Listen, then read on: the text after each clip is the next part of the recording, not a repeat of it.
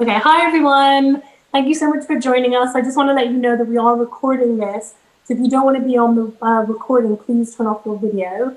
And if you haven't already done so, please mute yourself. Thank you. Hi, I'm Sarana Mehra. I'm from Artists for Democracy. And I'm very pleased to welcome you to our second in our series of Artists for Democracy talks. And this week we will be talking to Amir H. Fallah, which is super exciting. We're thrilled to have you all here. We believe that artists are natural activators for change. We shape dialogue through our work and are trained to ask questions, solve problems, and challenge the status quo, all of which are essential for creating systemic and progressive change. Like so many organizations at the moment, Artists for Democracy had to move our activism online and virtual.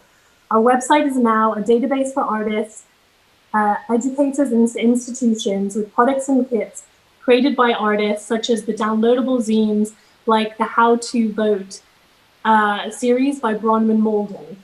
We also launched A4D TV, where you'll be able to watch these and find any other Artists for Democracy talks that you've missed. The A4D Instagram platform is also an action database on issues such as healthcare, the climate crisis, artist emergency resources, very important at the moment, our Get Out the Vote efforts, inclusivity, and racial justice. Our Instagram, on our Instagram, you'll also find our growing inclusive and participatory POV series featuring artists showing short videos on why they protest, organize, or vote. If you'd like to give us your POV and tell us why you protest, organize, or vote, please send us your short videos to A4D.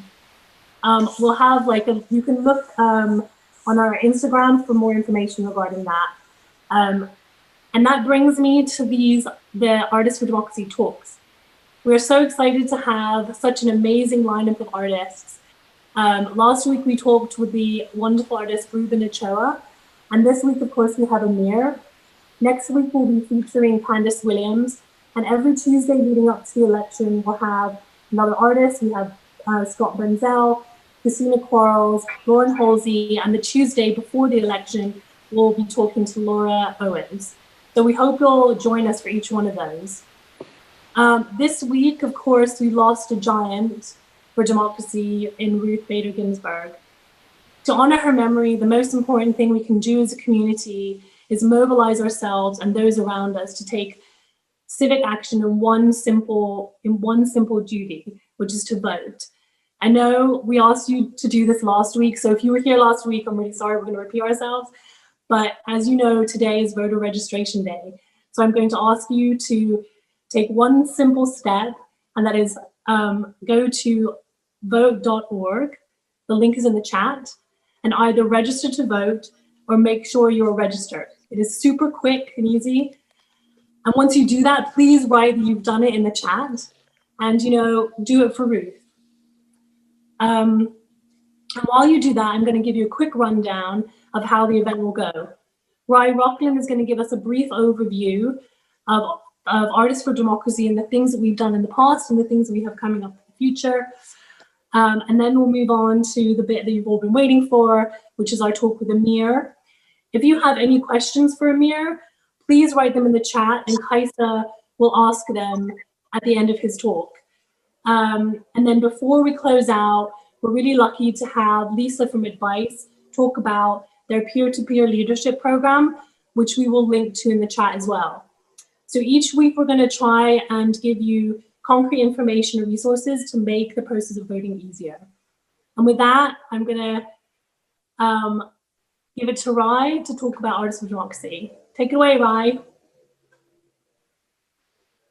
Hey, you guys. Thanks so much for joining us this afternoon/evening. I'm going to give you guys a quick overview of our work as a group, Artists for Democracy. And here we go. So Artists for Democracy was born out of the Los Angeles art community's urgent need to engage politically after the 2016 election. Collectively, we are struck by the consequences of that election and how just a few thousand votes in a handful of key states would drastically bend the arc of history. Initially, we organized postcard writing parties and talks on the subjects of art and politics, immigration rights, and reforms. We used our artistry to highlight the plight of families being affected by ruthless immigration policies and created materials to be used to help free Romello Avila Gonzalez from ICE detention. In the summer of 2018, with the midterm elections around the corner, we made plans to work with the students of CalArts.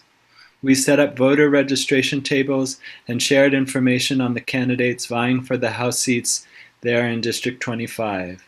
We canvassed, organized fundraisers, and helped increase voter turnout at CalArts by over 40%. With the candidates, the students had supported winning their House races by just a few thousand votes. In the fall of 2018, we partnered with grassroots organizations to send busloads of our fellow artists to canvass for House candidates in Irvine, California, and another hotly contested House district in the 2018 election. We work with art students and faculty at UC Irvine to get out the vote in that district, helping affect the outcome of another incredibly close midterm election. All of these efforts feel like a bucolic warm-up in the face of the 2020 election, an election where there is so much more at stake, from the presidency to the Senate to the countless judicial appointments to those House seats we fought for just 2 years ago.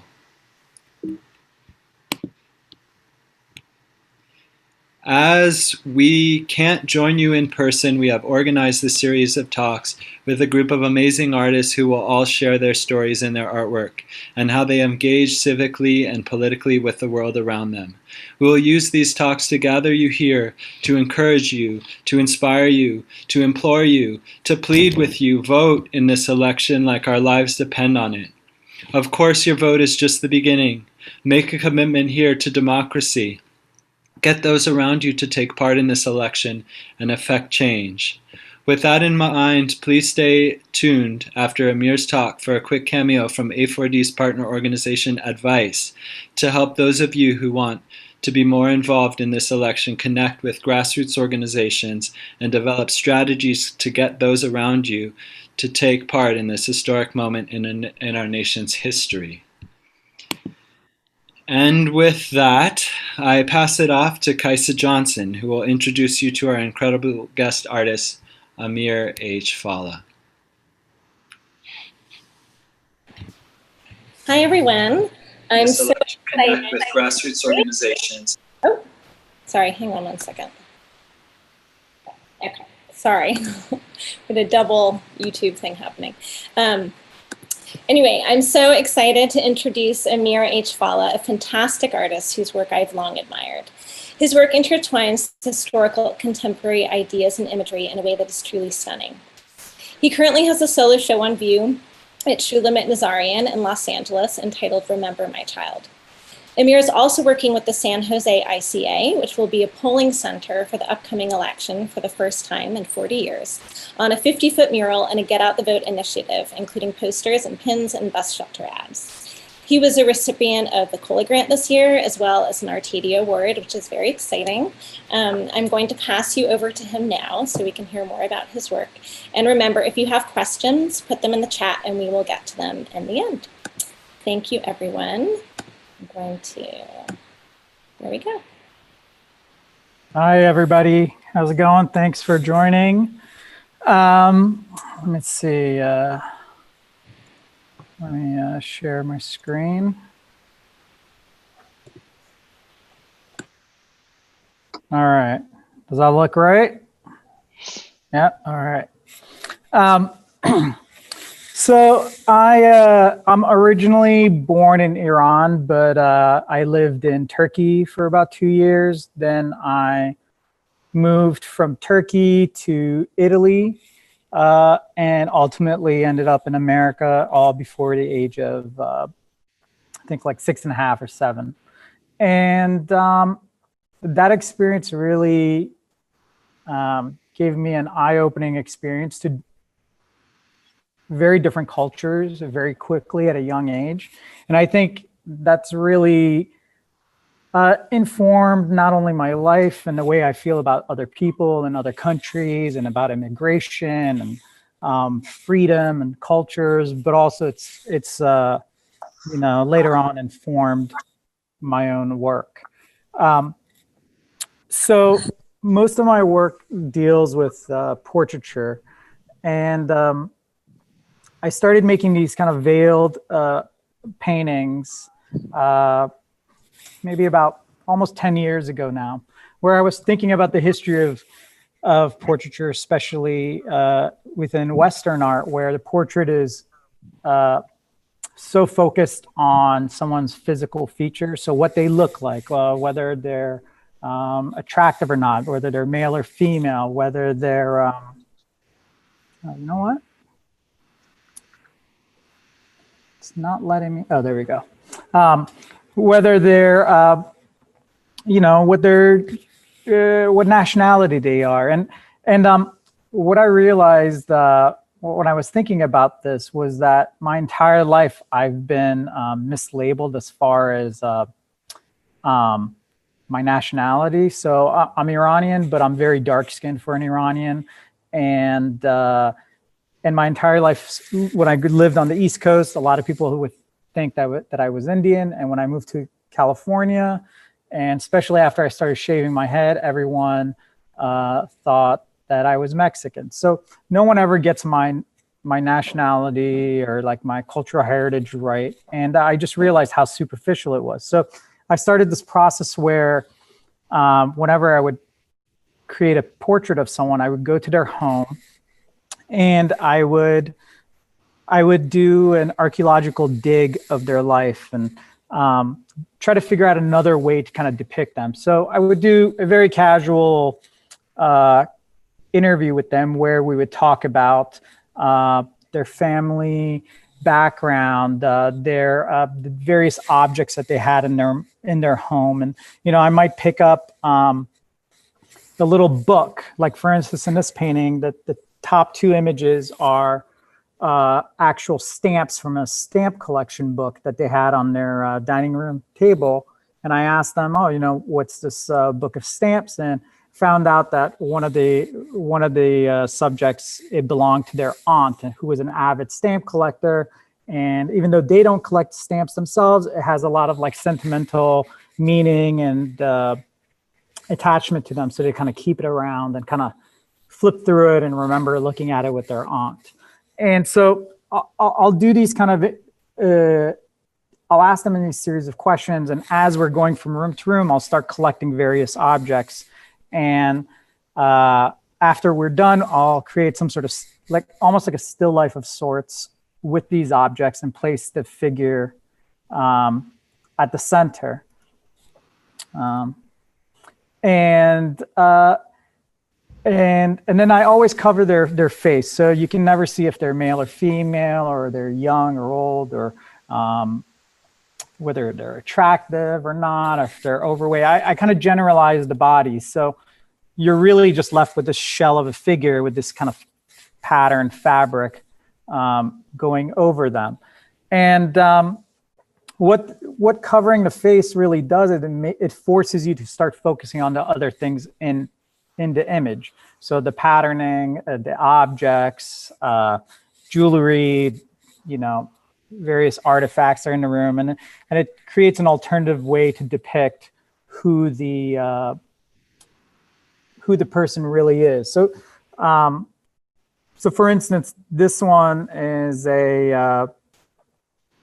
it's a portrait of a young Iranian American photographer, but who is also half Brazilian and kind of comes from like a very mixed cultural background, similar to myself. And she got into filmmaking through photography. So she's holding one of her favorite cameras, which is not a very expensive camera. It's almost like a toy, camera, but it's something that she still kind of keeps around. And if I remember, it was really It might have even been broken, but she keeps it for sentimental value. So I'm looking for these objects that are mundane objects, almost the debris of life, but that is charged with some sort of history or memory or cultural description. And also in the paintings, the bodies are never, I never paint the skin color. So in this one, it's almost like a transparent skin. The background, the background color becomes the skin. And in other ones, they're this kind of day glow orange color that's just radiating. You know, it feels like almost like an amalgamation of all colors. I wanted a color that didn't feel like a skin color, but also felt alive and vibrant, so that you knew, because you know, when you cover someone's face, one thing that happens a lot of times is people start reading into that a lot, in that they think that it's a dead person, or one thing that I always get that is that people assume that all the paintings are about Islam, which I think is really interesting, because I'm painting people from all walks of life, from all different nationalities. But I think when someone sees a veiled figure and then they see my name next to it, they immediately assume, you know, it has to do with like the history of Islam and my background. And, you know, they start making these assumptions, which I totally get. It makes sense. But I think that's really interesting about these two, is that people start reading into, you know, I had this one painting where there was a necklace around a figure's neck, and they thought it was like a chain, like shackling the person down. So they start reading into these like kind of like sexist narratives that I think that I'm kind of creating in the work. So in this painting's called Birth Cursed Reversed. And it's a painting of a friend of mine who was raised until the age of, I believe, 7. He was born male, but was raised by his parents as female until the age of 7, because the family went to some sort of like witch doctor who told them that the family would be cursed, or the kid would be cursed unless they were raised as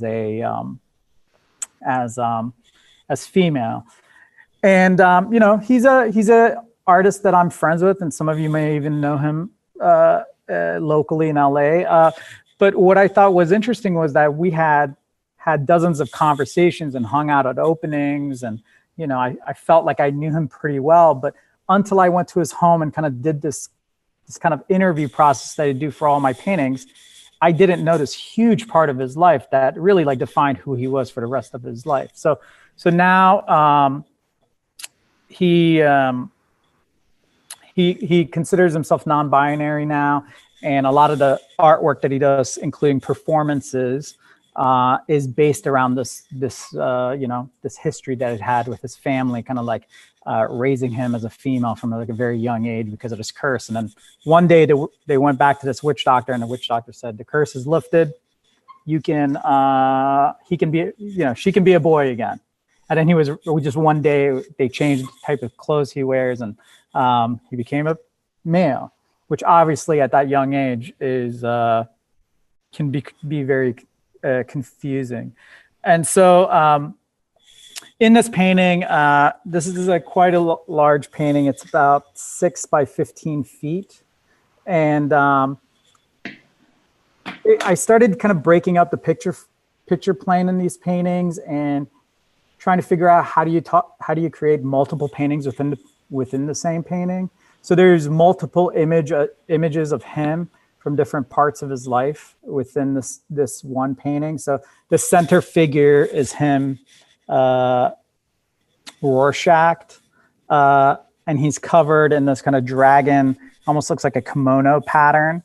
And when we were talking, one of the things that I found out was that one of his descendants was the emperor, like a distant relative was like a emperor in China. And so I found that emperor's name online, and I started researching him, and I found this like watercolor painting, a very old watercolor painting of this emperor wearing this dragon traditional costume. And so I superimposed that onto him. So a lot of times the paintings aren't a one-to-one translation of like what I do in the person's home. We might have a conversation about something, and then I'll do research based on that conversation and paint something into the painting.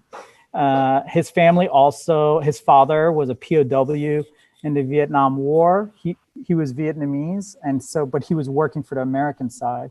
And so I went into this wormhole of researching Vietnamese propaganda posters. And so the image in the bottom left corner comes from one of those propaganda posters. And another interesting thing about him was when we did the visit, I realized there was nothing in his house. The house was almost completely empty.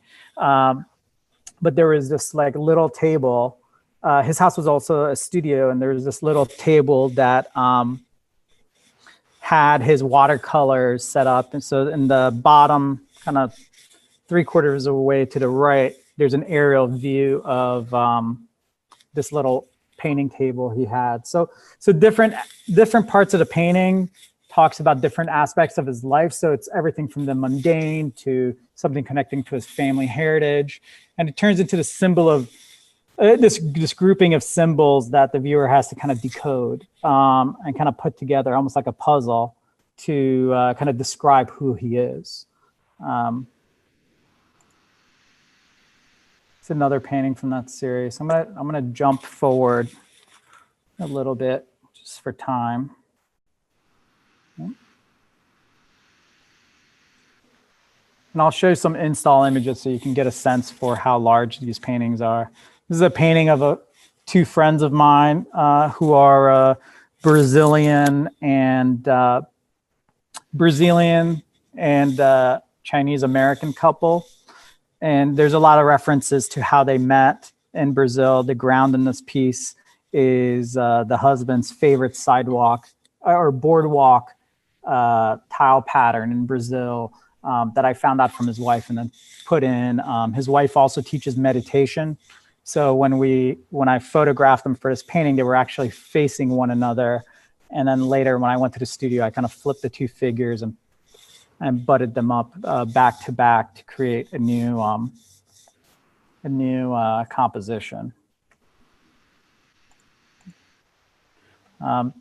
This is install shots from a show I had in January at MoCA Tucson.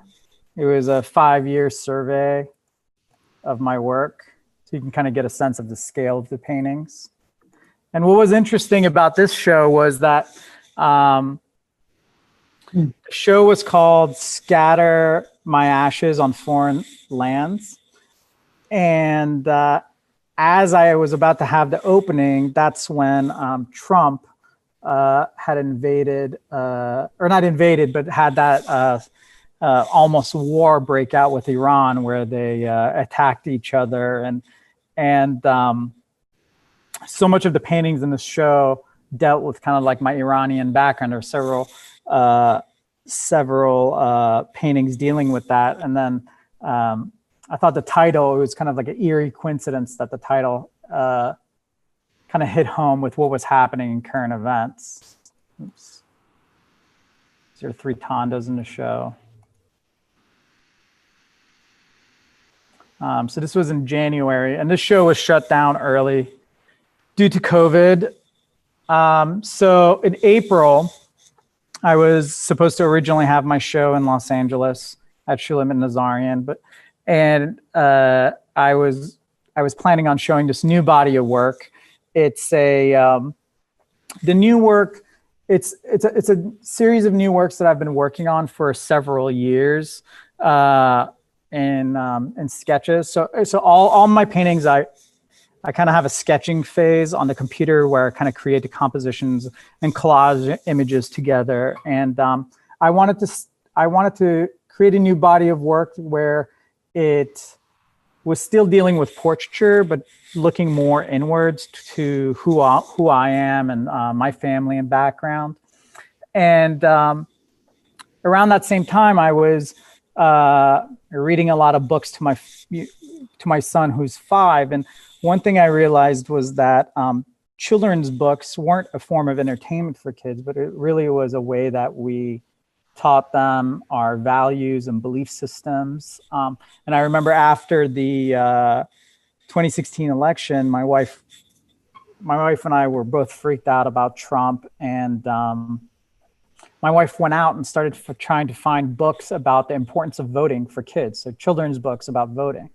And surprisingly, there was many books about this subject. And so right around then, I started photographing all the pages from my son's books. And I also started thinking about, well, I'm getting these books to try to teach our values at a very simple level. So like caring, having empathy for one another. We had a book about the importance of different types of families. So, where some of the kids in his preschool had two dads or two moms or just had one parent. So we were trying to, get books that kind of address these like basic life lessons. And I started thinking, well, what would happen if I was hit by a bus one day, or my wife and I were both just disappeared? Who would kind of guide us? Who would guide this like young kid through his life? And how would he move forward? And I realized, and so I decided to make a series of paintings that started with a line of text. So for instance, this painting is called No Gods, No Masters.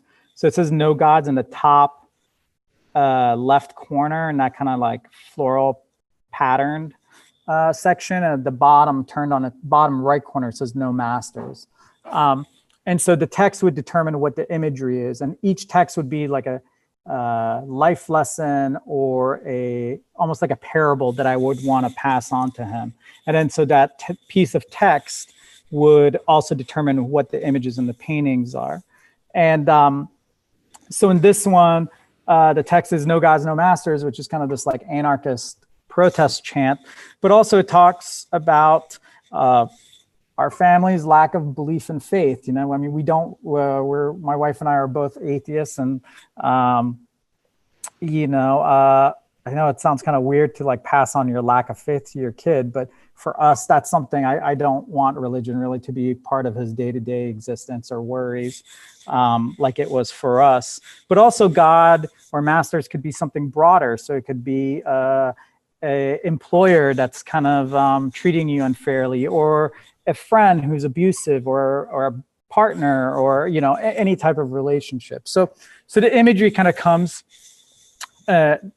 based on that. And like one thing that I always personally I felt kind of like pushed down, and kind of that I felt kind of like picked on me as a kid was when I first moved to America, people would ask me if I got here on my magic carpet. So I found this archive of old illustrations of the Middle East, and these three guys on a flying carpet. I just thought it was such a great stereotype of like what people in the Middle East look like. And people would ask me if I left my turban at home, in elementary school. And these are really things that kind of have affected me my entire life. So I wanted to kind of like take that kind of imagery back and embrace it. So I affectionately call these guys my Iranian space team. So they're like, they have the NASA logo next to them. And then the figure in the bottom right is this, stylish woman who's like putting on her lipstick, but then she's casting the shadow of like a devil or Satan, really showing that we don't really know who the people around us are. We don't really know how they feel or their actual belief systems. And then this Persian miniature angel is kind of trumpeting these three Middle Eastern figures back down to earth. I'll keep going because just show some details. As part of this new body of work, I also started doing these series of tondos where I was pulling the same references, so pulling from children's books, but also from art historical imagery, from like Bauhaus posters to Persian miniature imagery, to other artists' work. Really anything that really influenced me growing up. And the reason I'm pulling from such a wide array of kind of different cultural, focuses, was because growing up, I moved around so much, and I was constantly having this interior battle of trying to assimilate to American culture and Iranian culture. So like to Iranians, I wasn't Iranian enough. To Americans, I wasn't American enough. And there was always this constant battle of things kind of falling on top of each other and being tangled up and kind of collapsing onto one another. So in these tondos, there's all this botanical imagery going around the edges of the paintings, and wrapped within all this botanical imagery are these different things that I'm kind of interested in, from like advertising to Persian miniatures, to Bauhaus posters, and so on and so forth. And the reason here's another painting from the series. The reason I have so much vegetation and kind of botanical imagery in this is that plants, just like humans, have this long history of migration. So plants would migrate both by humans. So, we would bring them for medicine or for their beauty, but but also animals would help plants migrate as well. So a seed would migrate on a bird's feather and would like land somewhere hundreds of miles away. So plants, just like humans, also have this history of migrating. And in all these paintings, the plant life is, some of it is fictional or abstracted plants, but then some of it is from everywhere from Africa to Spain, from all over the world. So they're plants that don't normally live with one another, but are now kind of like forced to commingle and collide and create hybrids and forced to almost live in harmony with one another. And these are all 6 feet in diameter. So this is another large painting in my show at Shulamit Nazarian. This painting is called "Remember My Child Nowhere Is Safe." And I made this and all the rest of the paintings I'm about to show before COVID, but it was really I was thinking a lot about what was happening in this country politically and how I felt, I'm a citizen right now, but I always feel like a citizen light, I feel like I'm a citizen until somebody decides I'm not a citizen. And at any point I could kind of be kicked out of here, but where would I go? I can't go back to Iran.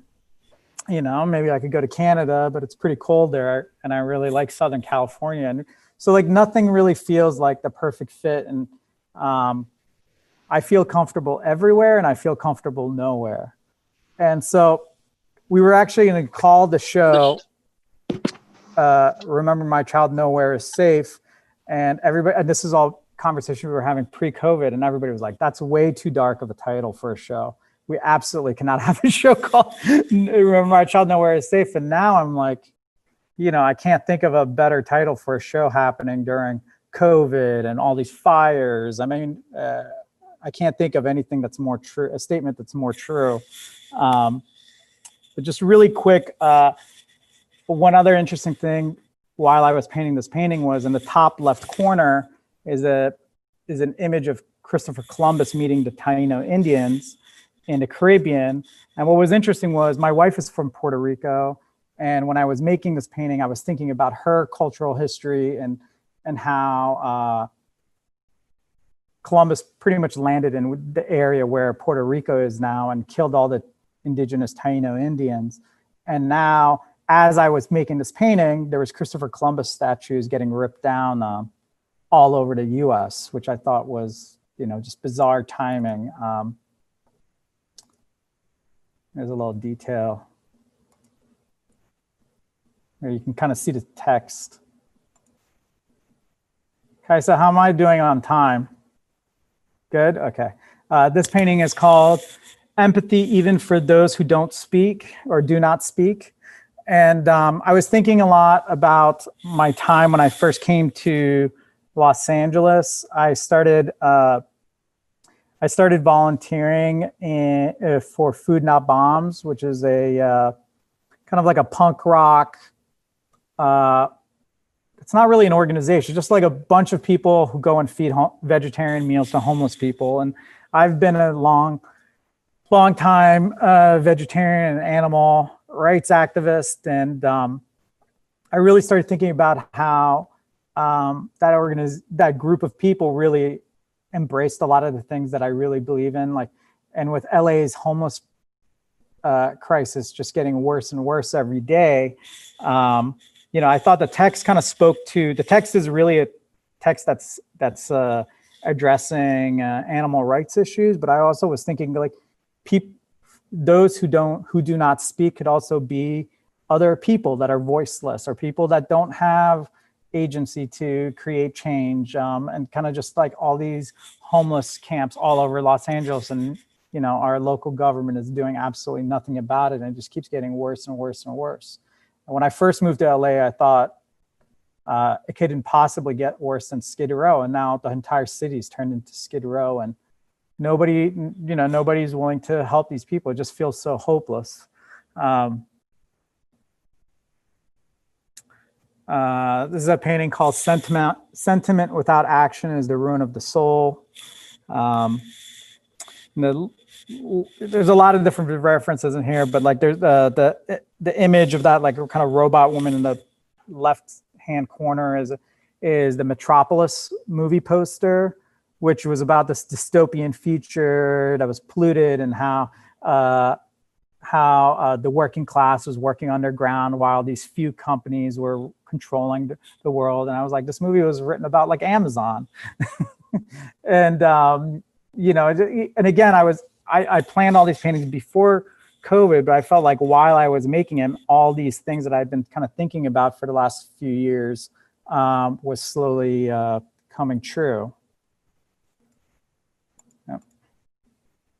That was the guy in the top right.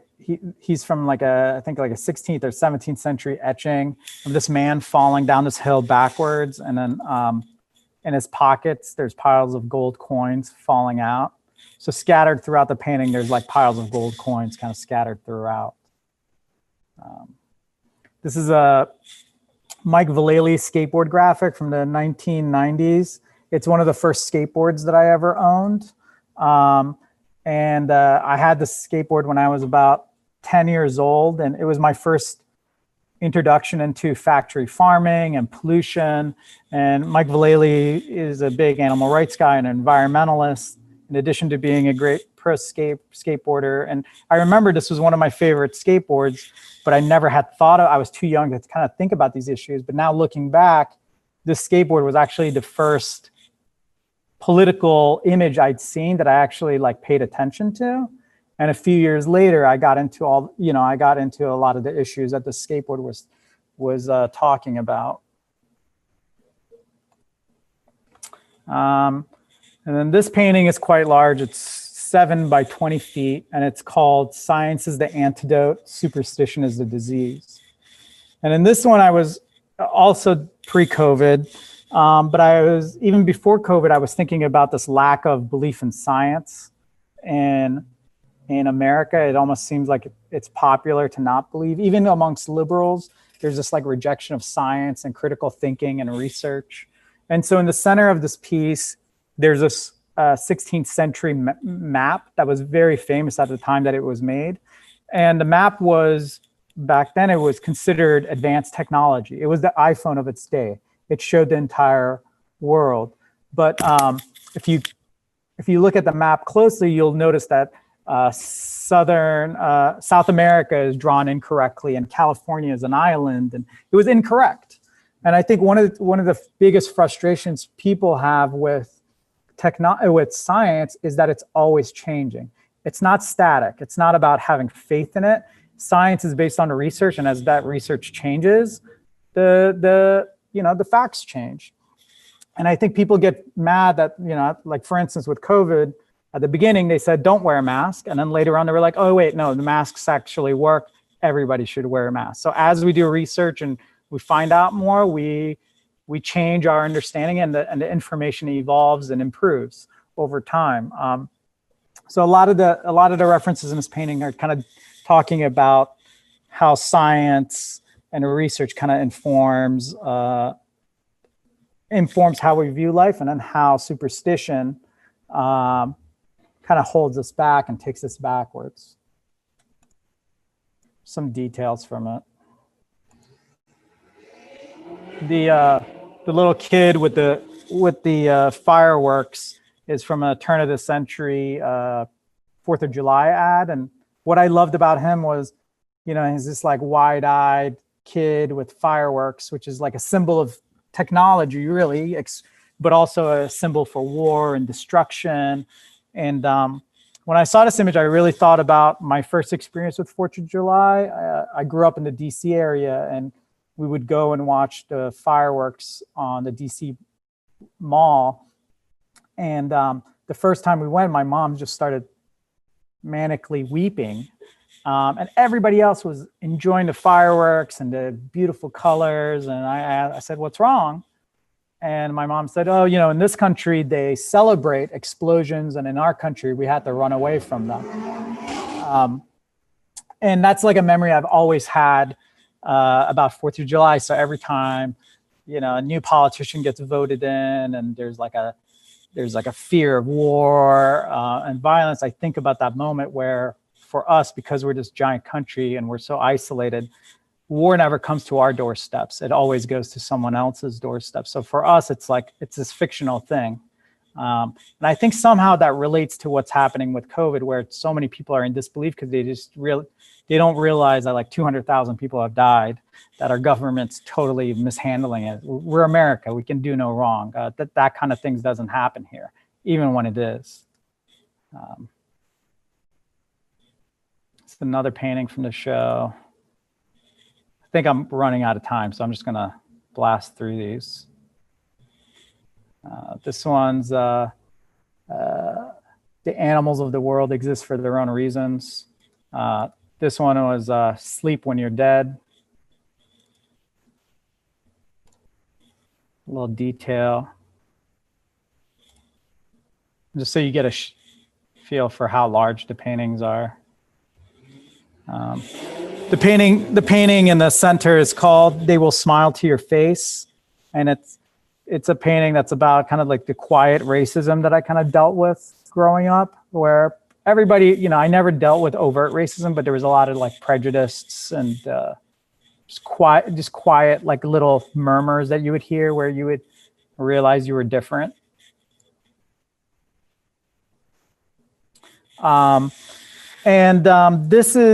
This is a brand new painting. It's 3 by 16 feet, and this is for the project at San Jose ICA, and it's called "Remember This." So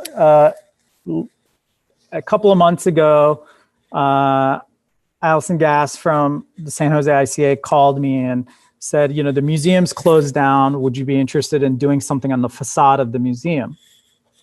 Maybe some sort of like mural or billboard." And we started talking about some of the themes in my work at Shulamit, since they were going to overlap. And one of the things I realized was that a billboard would be a great way to kind of communicate a message. So my first instinct was maybe I would take some of the texts from the show in Los Angeles and just pick one text and just print it black and white, almost like those. Have you ever seen those? If any of you have ever seen those like Christian God billboards? That's like, like, I don't know. It says like "killing babies is bad - God," or whatever they say.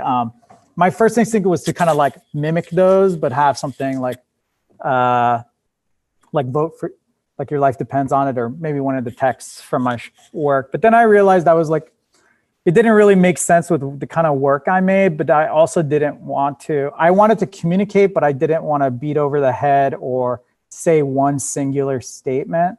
And so I came up with this idea of taking multiple texts from the show in Los Angeles and embedding it in a series of imagery. So it functions the same way as the paintings, my usual paintings do. But what I thought would be interesting is if somebody who's not engaged with art walks by and they kind of get sucked in by the mystery of the images, which all relate to the texts, but And then they just see this text that says, they will smile to your face. And it kind of stops them in their tracks and makes them question what that means, or like a borderless world, or remember my child nowhere is safe. And then tries to make some sort of connection between the text and the images. And so in this, there's several logos for various organizations. So there's like the Female Feminist Fist, there's the Dove Peace logo, but there's also the Animal Liberation Front, which is a organization that goes and like breaks into like animal testing labs and frees beagles that are having their brains cut open while they're alive. And also it's got the Earth Justice hammer and wrench logo. And they were the group in California that was setting fire to Humvee dealerships, and they got arrested. They're not really an organization.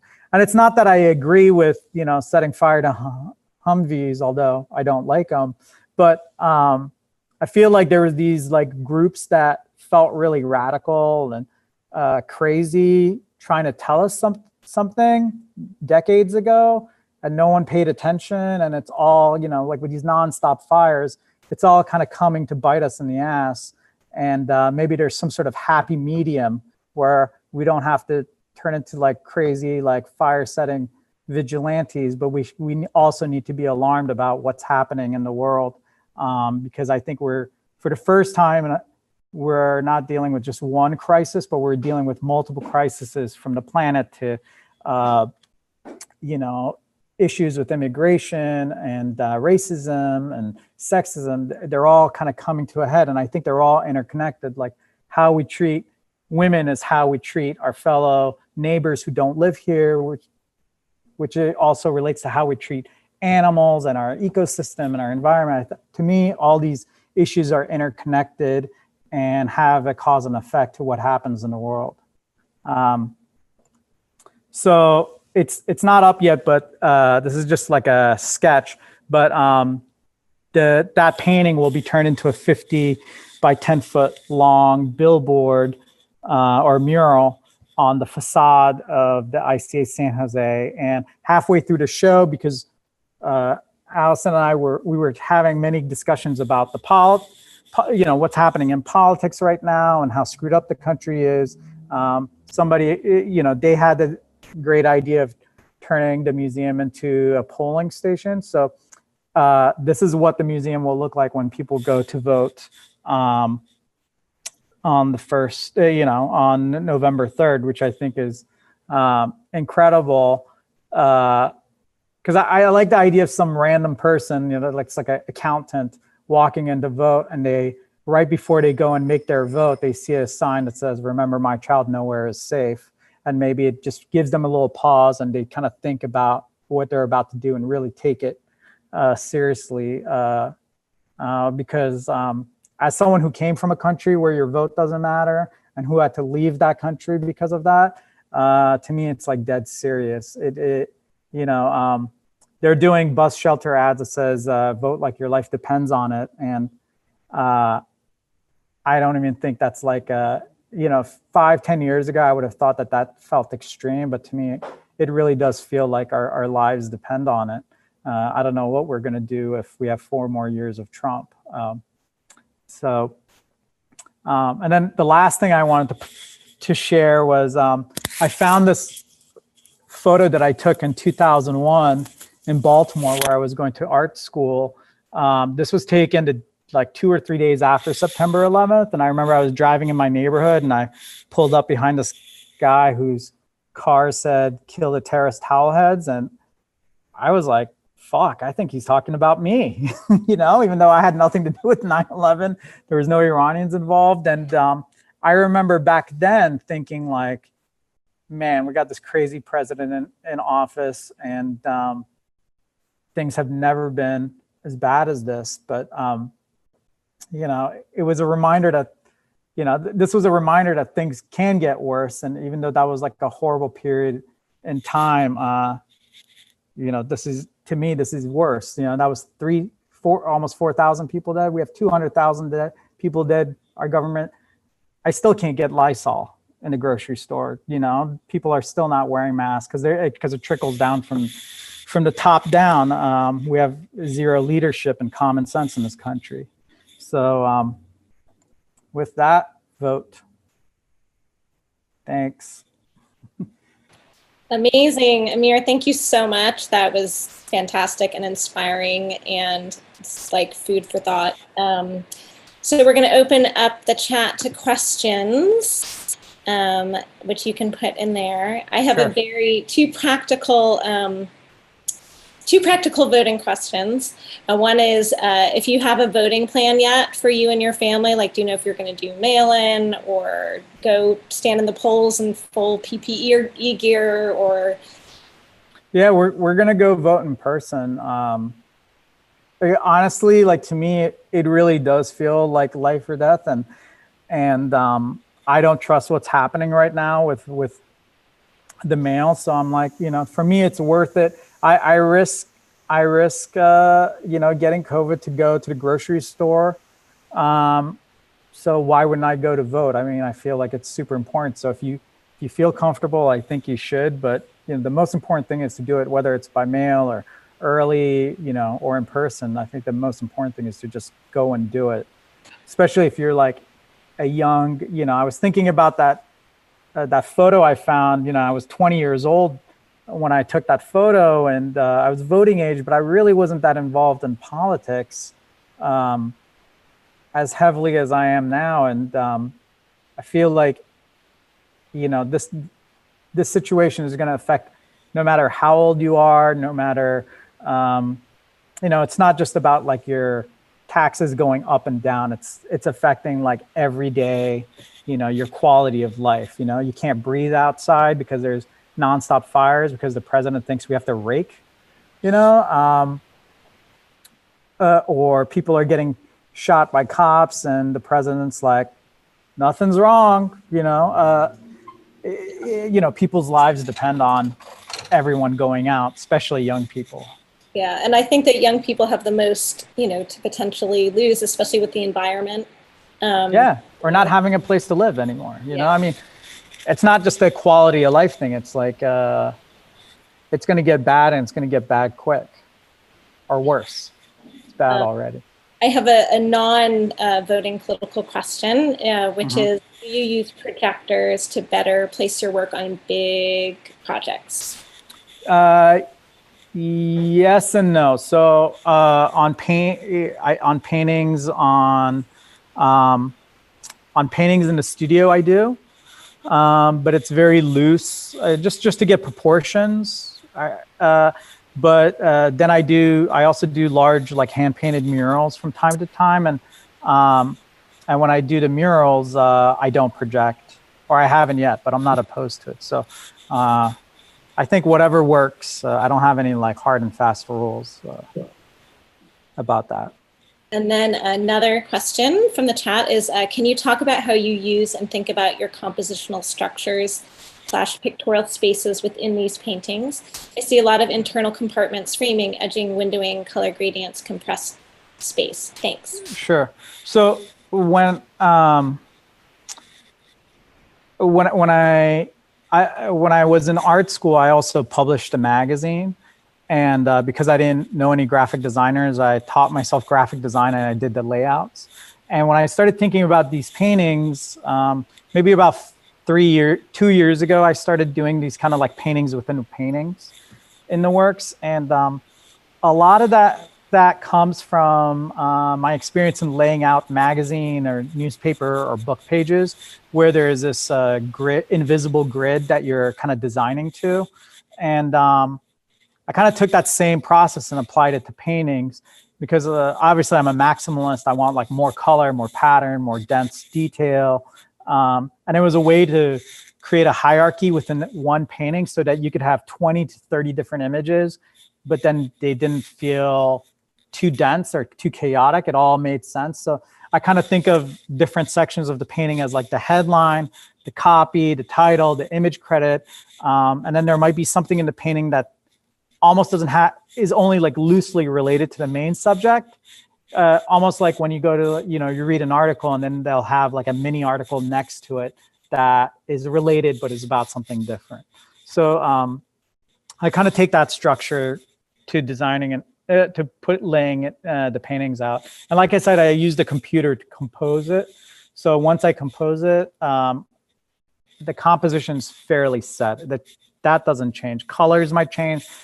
How I paint something might change, but the composition stays pretty static. Cool, thank you.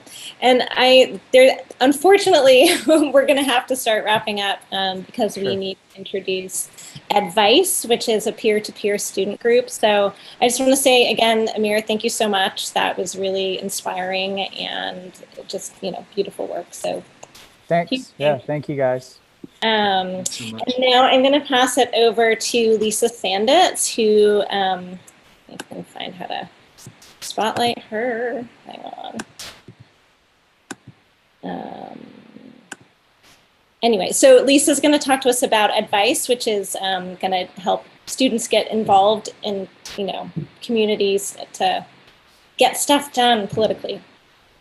Yeah, thank you so much. Thanks, Amir. That was really great. Been a fan of yours for a while, so great to hear that. And just also grateful to be here. I'm teaching at Bard. I think we're teaching in person, and a lot of gratitude for just things that we do have when there's so much at risk right now. So I'm here with Advice, which is founded by a number of artists and educators across the country this summer, just through conversations about what can we do to connect with each other as artists and art teachers and students. Advice is an acronym for Artists and Designers Vote to Inspire Civic Engagement. We're a nonpartisan group of college educators hoping to encourage students to vote, specifically working with art students. Our goal is to provide resources, support, and community and networks to student co-leaders at art and art history schools and departments across the country, and spark informal peer-to-peer voter outreach efforts. And I think what this could look like is kind of getting invested in civic engagement now and beyond the election to sort of feel why this is important. I think Amir touched on a lot of reasons why voting is important right now. And so to start with, you can look us up on Instagram. We have links through Artists for Democracy website. We're on Facebook. We're looking to kind of really connect with students and have students connect with students. I think today or soon, Kais is going to post a questionnaire for students to get in touch with us. Any students or artists can connect to us through the Instagram site or myself, and kind of I think other artists might reach out to some students too. Yeah, we're gonna start having Zooms once a week in October just to connect students, think about conversations, image blasts, and kind of how we can be there for you, make it happen. Thank you. That's so great. Thanks so much, Lisa.